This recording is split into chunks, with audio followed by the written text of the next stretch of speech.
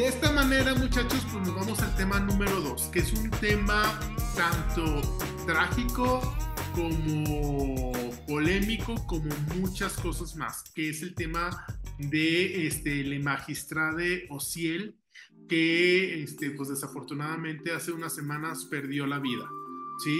Una persona, pues digamos que, pues no sé cómo llamarle, si inherentemente polémica, porque para los que no sepan, incluso entre muchos círculos gays, mucha gente no les agradaba, porque ya saben que existe esta parte heteronormada dentro de la comunidad gay. Entonces había muchos gays de no, a mí no me representa, porque yo no me he visto así, y yo no soy le magistrade, y o sea, sí me explico, había muchas cosas así. Entonces, no solamente dentro del ámbito nacional regular, no sé cómo llamarle, perdón por mi falta de vocabulario, pero incluso dentro de la comunidad gay había mucha gente a favor, y había mucha gente pues, que le hacía así crucecita al magistrado, hasta que llegó un día donde que de repente nos bombardearon las noticias que muchos de nosotros no podemos dar crédito, que ya no estaba con nosotros.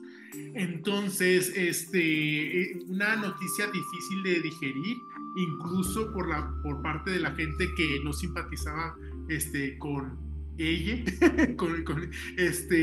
porque sí, o sea, una cosa es no simpatizar con alguien y otra cosa es desearle la muerte, y más de una forma tan, ahora sí que tan polémica y tan rara y tan pareciera de novela. O sea, no sabemos, o sea, muchas veces ni qué pensar, y que también hay que tomarnos en cuenta que si lo vemos desde un punto de vista hacia afuera, hay veces que dices, híjole, es que también eso también causa mayor mala fama a la forma en que falleció, causa más mala fama a la misma comunidad gay, porque muchas veces desde afuera se le connota como una comunidad problemática, donde hay muchas pasiones y hay muchas cosas, pero ¿qué tanto de eso es verdad? ¿No es verdad? ¿Qué tanto fue política? ¿No fue política? O sea, está pues la verdad, muy, o sea, muy desafortunado absolutamente todo, no importa desde el ángulo. Y también pensar que finalmente es un ser humano y tenía una familia, o sea, que desafortunadamente vivió ese luto de una manera tan rápida y tan así, o sea, la verdad, pues bueno, pero por eso nos llamamos Que Se Sepa, y por eso en este caso, Alex, me gustaría ahora sí que otra vez dejarte el micrófono y pues nos contaras al respecto. Bueno, como ya lo comentaste, el pasado mes de noviembre, a mediados, literalmente despertamos, porque la noticia empezó a circular a eso de las 10 de la mañana, de que Ociel Baena, la primera persona no binaria que se había convertido en magistrade del Tribunal Electoral del Estado de Aguascalientes, es decir, de un tribunal electoral estatal, había amanecido muerto. Pero antes de empezar con esa parte, me gustaría hablar de él, de dar una semblanza para poder entender por qué esto fue una tragedia. Y vamos a empezar de lo menor a lo mayor. Fue una tragedia para Aguascalientes, fue una tragedia para la comunidad LGBTQ de México, fue una tragedia para la política nacional, fue una tragedia para toda la sociedad mexicana, y finalmente fue una tragedia para el movimiento de inclusión LGBT, del cual somos parte, tú, Jorge, y todas aquellas personas que buscamos el trato equitativo, igualitario, respetuoso y antidiscriminatorio.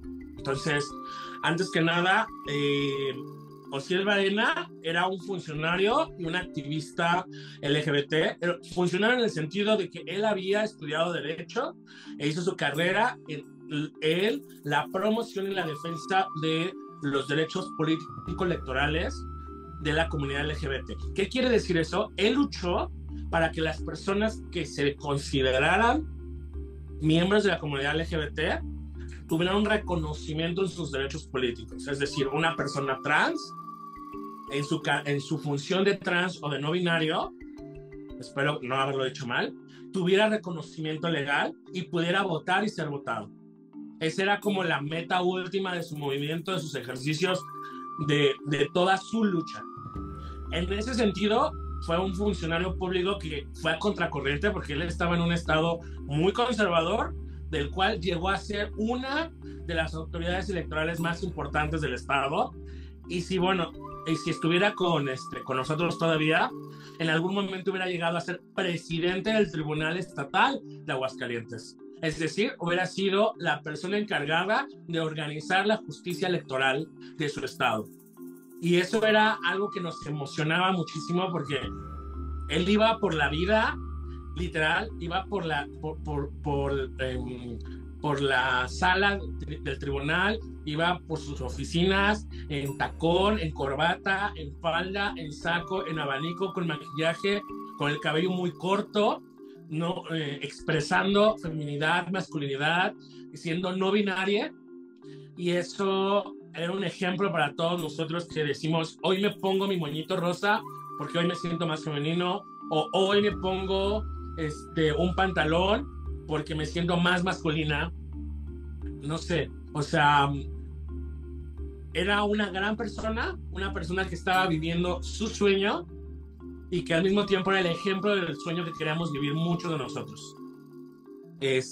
Asimismo, digamos que una de sus grandes luchas, así que él logró, así que digamos que él fue la imagen de, como lo podemos ver en la siguiente lámina, es que él logró ser la primera persona que le dieran un pasaporte con la nomenclatura no binaria. ¿Qué quiere decir? Que el Estado mexicano reconocía su identidad como persona ni hombre ni mujer y le permitía salir al extranjero a vivir su vida. Y el gobierno mexicano lo reconocía y garantizaba sus derechos de protección, porque hemos de recordar que el pasaporte, una vez que tú sales, es tu garantía de protección internacional de tus derechos. Es decir, tú vas y te pasa algo en Estados Unidos, en Francia, en Inglaterra, en Sudáfrica, en Oceanía, en Tailandia, y tú llamas al consulado más cercano de México y te tienen que defender, tienen que apoyar, tienen que asistir, y si no es necesario, te tienen que ayudar a regresar al país. El hecho de que se le reconociera su identidad no binaria daba este ejemplo de que México estaba avanzando en una dirección de más inclusión. Y aquí vamos a hacer un comentario de que el mismo Marcelo Ebrard, quien fuese el que le entregó, no creo que se ve en la siguiente foto, no estoy seguro, no se ve en esta, pero esta es una foto de un video, y en el video completo se ve cómo Marcelo le entrega, cuando era todavía canciller, hace año y medio que le entregó el pasaporte no binario, y él llegó con el abanico, él llegó con la bandera y con una corbata muy bonita, porque creo que era una Oscar de la Renta, alguien muy, muy elegante, y nos demostraba que luchar por los derechos, por la vía legal, por la vía institucional era posible y se lograban conquistas. Bueno, finalmente, el 13 de noviembre, como podemos ver en la siguiente lámina, los periódicos, todos los periódicos fue encabezado nacional. Esto ya tiene 2 meses. Se encontró el cuerpo de Jesús Ociel Baena sin vida, junto al de su pareja. Y aquí lo más lamentable es que la Fiscalía del Estado de Aguascalientes se quedó helada, no supo cómo reaccionar, no supo darle el seguimiento a un caso que en principio debe haber sido tratado con muchísima delicadeza.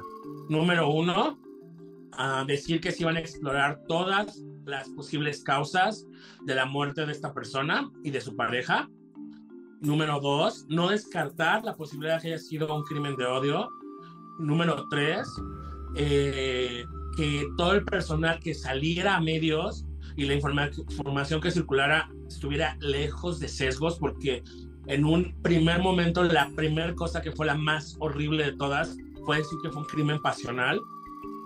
Es decir, la fiscalía quería lavarse las manos, porque cuando dijera fue un crimen pasional donde fue homicidio-suicidio, básicamente hacía que se cerrara la investigación en 10 minutos.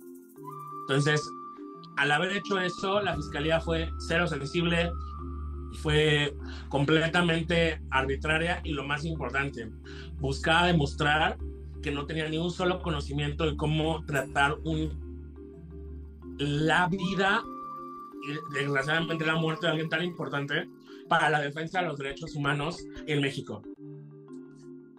Y hubo una serie de declaraciones por parte del personal de la Fiscalía, del gobierno del estado de Aguascalientes, de la alcaldía de Aguascalientes, que dejaban mucho, y de Calvillo, porque me parece que él vivía en Calvillo, no vivía en Aguascalientes. Calvillo es el municipio de al lado, que decía una serie de comentarios que iban en retroceso del movimiento, en retroceso de lo que debe haber significado incluso su muerte, porque igual no sabemos qué pasó, no sabemos, no se ha esclarecido y tristemente no se va a poder esclarecer, porque mientras más pasaron los días, mientras más la fiscalía mostraba su incompetencia, cualquier versión que daban quedaba contaminada por su prejuicio y por su maltrato de este caso. Finalmente, ese mismo 13 de noviembre, como podemos ver, y días posteriores, se organizaron movilizaciones para pedir justicia. Yo me acuerdo que ese día no podía salir del trabajo, pero llegué a mi casa y puse una veladora, como mucha gente que no pudo llegar, puse una veladora en la ventana para que se sintiera el acompañamiento al movimiento. Seguí de cerca la noticia donde veía que la Estela de Luz, el que debe ser el Monumento a la Independencia, el Monumento a la Libertad de México, se llenara de personas orando y rindiéndole homenaje a un gran mexicano. Y finalmente se convierte o se une a nuestra lista de mártires por la lucha, no sé cómo decirlo, en el sentido de que no lo vamos a olvidar, en el sentido de que no vamos a permitir que esta conquista, que fue de una persona que estudió muchísimos años para llegar a ser magistrada, que trabajó muchísimos años en el sector público por la justicia electoral de nuestro país y en particular de la justicia electoral de la comunidad LGBT, se olvide. Entonces, él se une a la lista de los mártires del movimiento, pero no porque necesitamos mártires, sino porque los y les mexicanos no olvidamos cómo es la historia de la construcción de los derechos de la comunidad LGBT en nuestro país. No sé, tú dime, Jorge. Digo, la verdad es que toda la situación es muy sensible también, o sea, la verdad está por donde la quieras ver, muy desafortunada.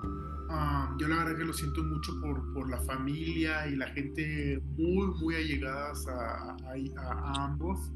Y como dices, o sea, ¿qué es lo que sucede?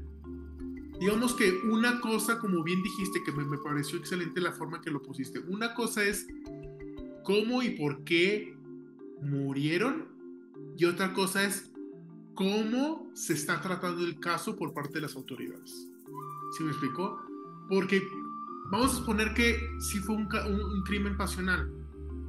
¿Y eso qué? O sea, las autoridades no tienen por qué tratar de lavarse las manos rápido, ¿sí? No importa si es un crimen pasional, no importa si fue un crimen de odio, o sea, no debería de ser tratado de una manera distinta. Y eso es parte de lo que representa. Porque no, o sea, y ahí es donde tenemos que hacer la distinción.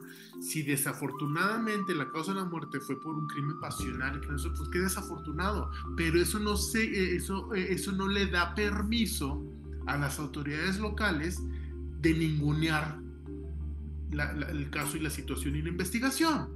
No, o sea, es como tú dices, independientemente de cómo haya sido, ¿sabes qué? Nuestra postura es: vamos a agotar todas las alternativas y no vamos a dar por hecho absolutamente nada. Y vamos a tratar de hacer todo lo que esté en nuestras manos para evitar que haya sesgos en esto. O sea, yo creo que lo pusiste muy bien porque, o sea, da tristeza. Porque imagínate que pasa algo similar conmigo o contigo. Ay, y ya porque eres gay, entonces, no, eso es lo que no queremos. Y quizás uno pensaría que como el magistrade, pues ya es magistrade y ya está acá, pues a él y a su pareja no les pasaría, pero les pasó. Entonces, ¿qué puedo pensar para mí y para mis amigos? ¿Sí me explico? Y para el resto de la gente, ¿sí me explico? Oh, yo estoy de acuerdo contigo, o sea, yo creo que es una persona que a cabo de unos años hubiera tenido una carrera política muy importante, no nada más dentro de Aguascalientes, sino fuera de Aguascalientes. Quién sabe hasta dónde hubiera llegado. La verdad. Yo te puedo decir que a lo mejor, y hubo gente que lo dijo de manera muy mala, que a lo mejor él no tenía el mejor perfil, pero como él representaba una cuota, eso lo hubiera llevado a ser miembro del Tribunal Federal Electoral. Imagínate si él estuviera hoy con nosotros todavía y si hubiera acabado su periodo en el Tribunal Estatal y luego hubiera habido una terna donde lo hubiera nominado el Senado para el Tribunal Federal. O sea, yo me hubiera sentido, aunque dijeran lo que dijeran sobre su trayectoria, no quiero decir sobre sus tablas, habrá sido un orgullo que una persona de la comunidad, a un activista tan íntegro, hubiera llegado al tribunal, pese a las descalificaciones que pueden hacer sobre su trayectoria académica, frente a los otros personajes que ahora estamos teniendo en mismas instancias. Pero bueno, el punto es, su carrera se quedó súper corta al principio, y eso es lo que más duele. Es como cuando una ave está empezando a volar y no la dejan volar, y eso es lo que más duele. Y te voy a decir por qué me gusta que hayas traído este tema. Porque uno pensaría, ya hasta se me había olvidado, ya sé cuánto fue. No, apenas fue hace 2 meses. Apenas hace 2 meses. ¿Sí? Y como dije, o sea, y hay muchas cosas por resolver. Entonces,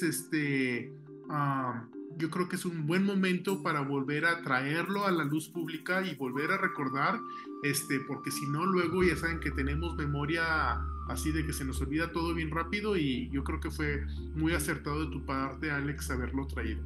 La verdad, que muy padre. Bueno, también hay que recordar que apenas en estos días vivimos otro momento horrible de agresión contra la comunidad LGBT.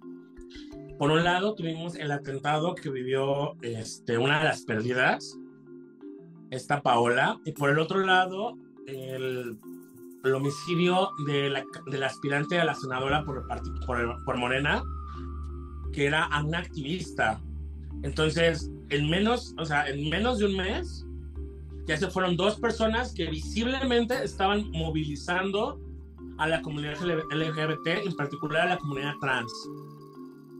Entonces, esto nos demuestra que somos vulnerables hace 2 meses y hoy mismo, que no sabemos si saliendo a la calle algo nos va a pasar, y no sabemos si por expresar quiénes somos, la ignorancia, la rabia, el odio, la descalificación, la discriminación nos va a asesinar. Y hay que tenerlo presente porque, como dice, que la memoria es la herramienta más fuerte para defender nuestra justicia. Muchachos, ¿ustedes qué piensan? ¿Qué opinan? ¿Cuál es su versión de los hechos? A 60, 70 días de que ya no está con nosotros, ¿qué agradecen de lo que él llegó a sus vidas? Y ¿cómo se llama?